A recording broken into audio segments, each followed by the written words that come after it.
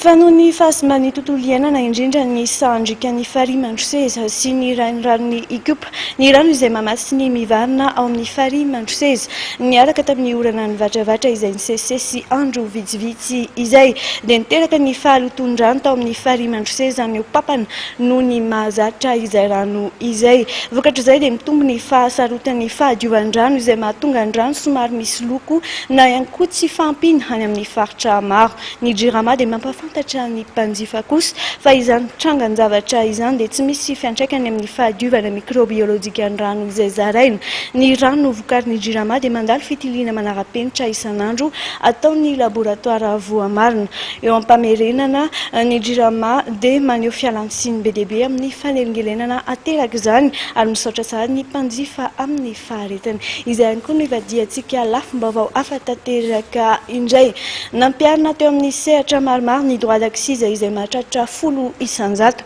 ireo tambazotra ny tena anisan'ny vaovao amin'izay droit d'accise izay tsy nisy kosa nefa ny fampidirana hetra vaovao tao anatin'ny teti-bola 12 araka ny nambarany tompon'andraikitra avy eo amin'ny sampana fampidiran-ketra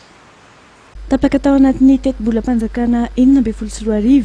ny fampiarana ny droit d'accise amin'ny sehatra maromaro toy ny toka, sigara sy ireo tambazotra eto an-toerana maro samihafa ta izay mahatratratra amin'ny 10 isanjato ka ampitombo ny saran'ireto farany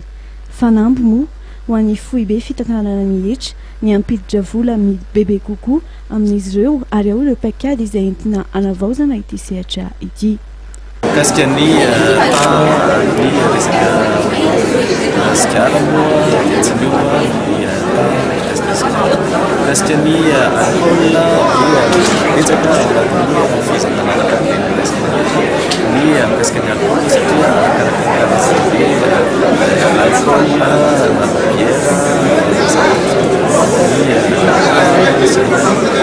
azaraina ny fomba fiasa araka ny nambaran'ny tompon'andraikitra eo ihany koa ny fampitoviana ny sehatra tsirairay amin'ny alalan'ny fandoava-kevitra ireo sehatra izay mitovy dia tokony andohetra mitovy avokoa noho izany dia hitarina ny volan'ny mpandohetra ary ampiarina araka ny tokony ho izy ny lalàna tsy nisy kosa ny fampidirana hetra vaovao any teti-bola 12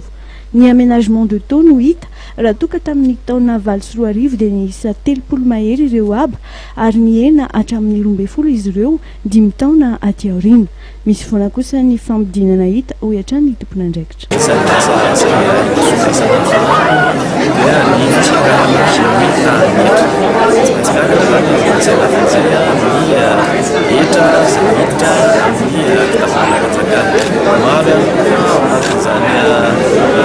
fampakarana ny tany amin'izany maro rehefa vetsika hoe stratégie misy stratégie